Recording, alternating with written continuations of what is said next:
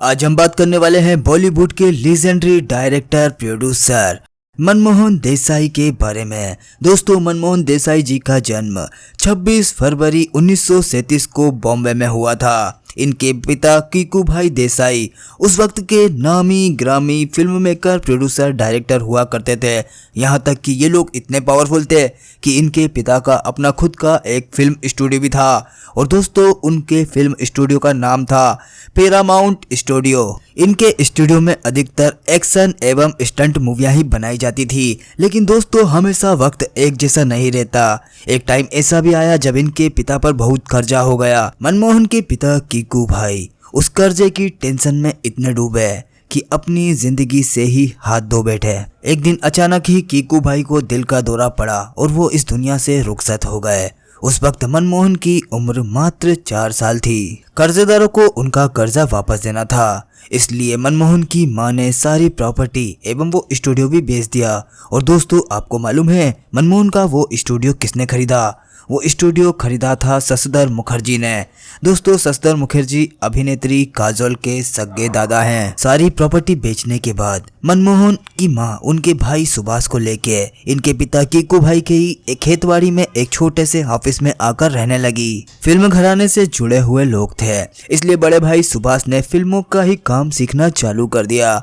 समय के साथ ही उन्होंने अपनी अच्छी पकड़ फिल्म इंडस्ट्री पर बना ली। तब तक मनमोहन भी समझदार हो चुके थे और मात्र 21 साल की उम्र में ही उन्होंने अपने बड़े भाई सुभाष को बोल दिया कि उनको उस वक्त के दिग्गज अभिनेता राज कपूर और दिग्गज अभिनेत्री नूतन को लेके फिल्म बनाना है। भाई को इस बात पे यकीन नहीं हुआ, लेकिन फिर भी राज कपूर के सुभाष के साथ में अच्छे कनेक्शन थे।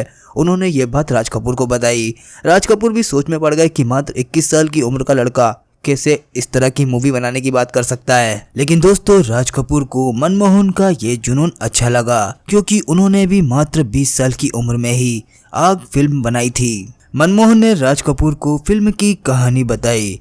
राज कपूर फिल्म करने के लिए राजी हो गए, लेकिन उन्होंने शर्त रख दी।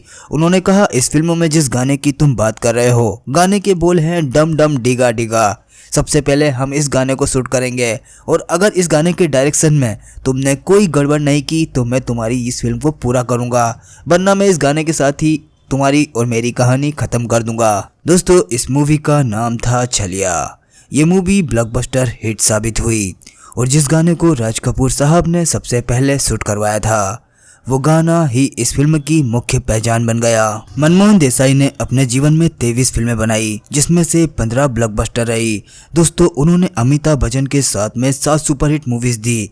और दोस्तों, अमिताभ बच्चन का करियर सफल बनाने में सबसे बड़ा हाथ मनमोहन देसाई जैसे डायरेक्टर का ही माना जाता है। मनमोहन देसाई की पत्नी प्रभा की मौत के बाद उनका दिल एक्ट्रेस नंदा पर आ गया था। दोस्तों, नंदा के साथ में उनकी सगाई भी हो चुकी थी और जब वो अपनी शादी की तैयारी कर रहे थे, 1 मार्च 1994 को अपने घर की बालकनी से गिरकर मनमोहन देसाई इस दुनिया को अलविदा कह गए। मनमोहन देसाई के निधन के बाद नंदा पूरी तरह अकेली रह गई। उन्होंने अपने घर से निकलना भी बंद कर दिया और जब भी निकलती सिर्फ सफेद साड़ी में ही निकलती। देसाई की मौत के बाद नंदा ने ताउम्र शादी नहीं की। दोस्तों, ये थी मनमोहन देसाई की कहानी।